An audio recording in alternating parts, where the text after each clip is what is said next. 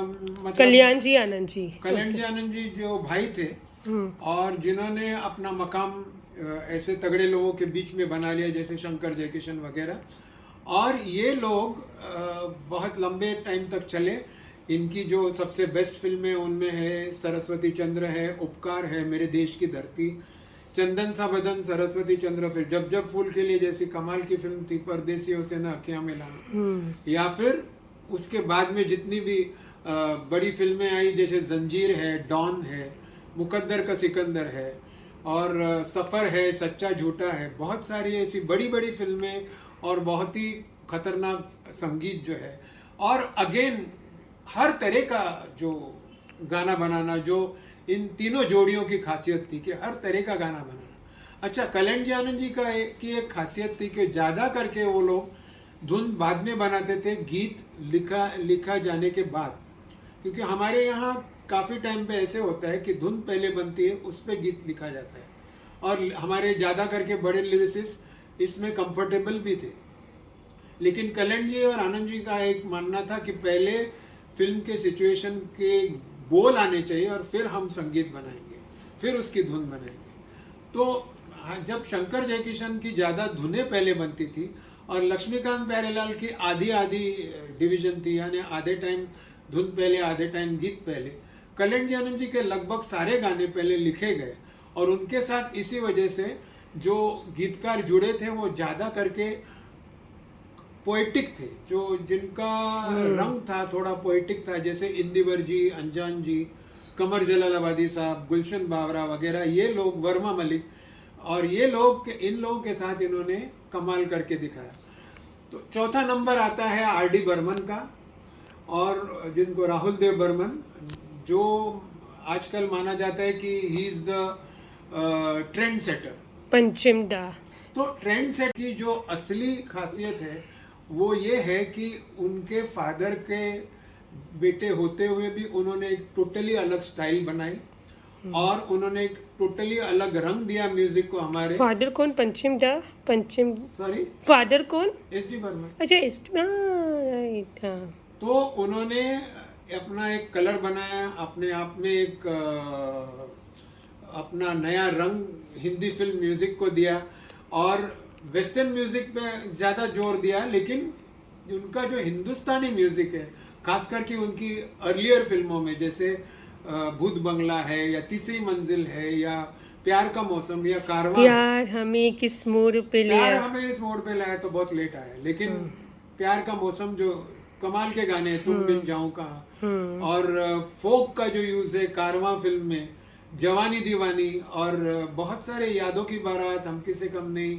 इन्होंने अपना बेस्ट काम नासिर हुसैन साहब के साथ किया, शक्तिदा के साथ, शक्ति सामन के साथ भी उन्होंने अच्छा काम किया, और वो एक ट्रेंडी म्यूजिक डायरेक्टर माने जाते हैं। फिर भी उनकी जो हिंदुस्तानी म्यूजिक बेस्ड कॉम्पोजिशंस है वो सबसे ज़्यादा जिंदा है, और म्यूजिक लवर्स उनको ज़्यादा मानते हैं। हालांकि आजकल की जनरेशन उनके बीट्स के गानों पे ज़्यादा जोर देती है। आर डी बर्मन की ट्यून ज़्यादा करके आनंद बख्शी और मजरू सुल्तानपुरी के साथ जम गई। और पांचवें नंबर पे, मैं सीनियरिटी तो नहीं ले रहा हूँ, मैं बोल रहा हूँ ना कि मैं जो ऑर्डर ले रहा हूँ कोई ऑर्डर नहीं है। तो पांचवें नंबर पे है एस डी बर्मन, जो आर डी बर्मन के पिता है, और जो ऐसे माना जाता है कि वो वक्त के बहुत ही आगे थे। यानी उनकी जो 1950s के गाने हैं वो 1960s के लगते हैं, 1940s के गाने 50s के लगते हैं, 60s के गाने 70s के लगते हैं। तो ये उनकी खासियत थी। और ये खुद बहुत अच्छे गायक भी थे अपनी शैली में, अपने स्टाइल में। और इनकी कमाल फिल्में तो आप सबको मालूम ही है, गाइड है, ज्वेल थीफ है, आराधना है, प्रेम नगर है, अभिमान है, और पुराना हम अगर पुराने साइड पे जाए तो 9211 है, कागज़ के फूल है, प्यासा है, वगैरह वगैरह। तो इनकी टीम भी ज़्यादा करके मजरू साहब और शैलेंद्र के साथ बनी। लेकिन बाद में जो पोस्ट 60s जो उनका कमबैक था, आराधना कमबैक में इसके लिए बोल रहा हूँ क्योंकि बीच में वो बीमार थे और बहुत कम फिल्में कर रहे थे, ऐसे नहीं कि उनकी पॉपुलैरिटी कम हुई थी। तो उसके बाद में जो ज़्यादा फिल्में उन्होंने बख्शी साहब, आनंद बख्शी साहब के ही साथ की, और आराधना से मतलब वो जोड़ी एकदम चमक गई। तो एस डी बर्मन की खासियत थी बंगाल का या नॉर्थ ईस्ट का फोक म्यूजिक, लेकिन वो हर तरह का गाना बना सकते थे। और उनका एक ये प्रिंसिपल था कि मैं कम काम करूँगा लेकिन अच्छा काम करूँगा। और उन्होंने अपना म्यूजिक भी, ऑर्केस्ट्रेशन भी बहुत हल्का रखते थे ताकि सिंगर की आवाज़ निखर आए। और आशा भोसले और गीता दत्त को अपना ही स्टाइल देने के लिए वो एक बड़े म्यूजिक डायरेक्टर थे। मतलब ही वॉज इन्वॉल्व कि आशा भोसले और गीता दत्त को ग्रूम करने में, एक अलग तरह का सिंगर बनाने। हालांकि आशा और गीता बहुत गा चुके थे एस डी बर्मन के पहले भी, मतलब पहले यानी जब वो दूसरे बड़े म्यूजिक डायरेक्टर्स के लिए भी गा रही थी, लेकिन एस डी बर्मन ने उनको एक अलग अंदाज दिया। सिमिलरली रफ़ी साहब को भी उन्होंने एक अलग अंदाज दिया, क्योंकि रफ़ी साहब की जो स्टाइल थी उसको उन्होंने हल्के से मॉडिफाई कर दी देवानंद साहब के लिए, क्योंकि देवानंद का जो पर्सोना था वो एकदम अर्बन था और सोफिस्टिकेटेड। तो रफ़ी साहब के पहले गाने फोक बेस ज़्यादा होते थे, थोड़ी उसमें पंजाबियत होती थी, वो सब उन्होंने निकाल के दिल का भंवर करे पुकार या फिर दिन ढल जाए के रूप में उनको एक अलग रफ़ी हमें सुनने को मिला। तो ये थे 5 म्यूज़िक डायरेक्टर एकदम टॉप पे हैं। उसके बाद में दूसरे बड़े नाम भी आते हैं, जैसे नौशाद साहब। नौशाद साहब हमारे फाल्के अवार्ड विनर हैं और उन्होंने भी बहुत कम काम किया, लेकिन उन्होंने सबसे ज़्यादा काम किया है टाइम वाइज। यानी उनकी पहली फिल्म 1940 में रिलीज़ हुई और उनकी आखिरी फिल्म 2005 में रिलीज़ हुई। तो यानी 65 इयर्स का उनका एक दौर है जिसमें उन्होंने वेस्टर्न म्यूज़िक भी दिया। हालांकि वो क्लासिकल म्यूज़िक में एक्सपर्ट माने जाते थे और है भी, जैसे हमें पता है उनके जो बैजू बावरा का जो म्यूज़िक है या फिर यहाँ वहाँ उनके जो क्लासिकल बेस्ड गाने हैं। तो और उनकी जो बहुत अच्छी टीम बनी शकील बदायूनी साहब के साथ, जो हमारे सबसे अंडररेटेड लिरिसिस्ट में से एक है। उन्होंने कमाल के गाने लिखे नौशाद साहब के लिए, दूसरों के लिए भी, लेकिन उनकी जो टीम थी वो नौशाद साहब के साथ मानी जाती है। और उसमें जो तीसरा रंग था काफ़ी फिल्मों में वो था दिलीप कुमार, क्योंकि वो दिलीप कुमार साहब के साथ बहुत जुड़े हुए थे। मुग़ल आज़म, गंगा जमुना जैसी फिल्में, अंदाज़, बैजू बावरा ऐसी जो फिल्में हैं, जिस कोहिनूर है और दिल दिया दर्द लिया है, और ऐसी बहुत सारी फिल्मों में उनका जो म्यूज़िक था वो इंडियन मेलोडी में एकदम डीप जाता था और रागदारी बहुत होती थी उनके संगीत में, फोक भी बहुत होता था। और वो इस मामले में मतलब जादू ही कर गए थे। जैसे उनके गाने हैं प्यार किया तो डरना क्या, जिसको बनाने में उनको 12 घंटे से ज़्यादा लगे, क्योंकि वो परफेक्शनिस्ट थे कि बहुत हद तक।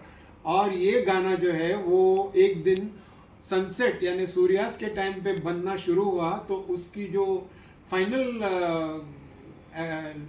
ये रिकॉर्डिंग जो लॉक हुई वो सुबह जब सूरज निकल रहा था तभी, यानी वो पूरे दौर में नौशाद साहब और शकील साहब उसी गाने पे बैठे थे। तो ये था नौशाद साहब का ग्रेटनेस। और छठे नंबर पे ओपी नैयर साहब है। नैयर साहब तो हमारे फिल्म इंडस्ट्री के बहुत ही यूनिक इंसान है, क्योंकि वो एक ही म्यूज़िक डायरेक्टर है, बड़े म्यूज़िक डायरेक्टर, जिन्होंने लता जी के साथ कभी काम नहीं किया और आशा जी को एक ऐसा दर्जा दिया जो उसकी बहन के बहुत नज़दीक पहुंची वो। और उसके पहले गीता दत्त और शमशाद बेगम के साथ भी कमाल किया उन्होंने। रफ़ी साहब और महेंद्र कपूर और किशोर कुमार, ये उनके रफ़ी साहब खास करके फेवरेट सिंगर्स रहे हैं। और उनकी भी कमाल की फिल्में। एक पॉइंट था जब वो शंकर जयकिशन के बहुत करीब थे पॉपुलैरिटी में, और लोग बोलने लगे थे कि ये उनके आगे भी जा सकते हैं, नंबर 1 भी बन सकते हैं। और ओपी नैयर की कमाल ये थी कि वो ट्रेंड म्यूज़िक डायरेक्टर नहीं थे। वो जो मतलब उनमें जो कॉन्फिडेंस था वो ट्रेनिंग के जैसा ही बन गया और वो कमाल करते गए। आपको तो मालूम है नया दौर जैसी फिल्में, CID, नया दौर, तुमसा नहीं देखा, फिर वही दिल लाया हूँ, एक बार मुस्कुरा दो, 1972 तक उनकी जो कमाल फिल्में थी, सवेरे का सूरज तुम्हारे लिए, और अनगिनत गाने जो आज भी जिंदा है। लेकिन उनका एक मतलब उनकी सेल्फ कॉन्फिडेंस और प्राइड यहाँ तक थी कि काफ़ी टाइम पे उनको फिल्म का स्टार माना जाता था। तो वो खुद भी बोला करते थे, उसके वजह से उनकी बहुत सारे बैनर्स उनके हाथ से निकल गए, क्योंकि म्यूज़िक बहुत ही अच्छा था, लेकिन बैनर्स को ऑब्जेक्शन दी, प्रोड्यूसर डायरेक्टर्स को ईगो था कि ये आदमी ऐसे बात कर रहा है कि ये अकेला ही इस म्यूज़िक के लिए रिस्पॉन्सिबल है।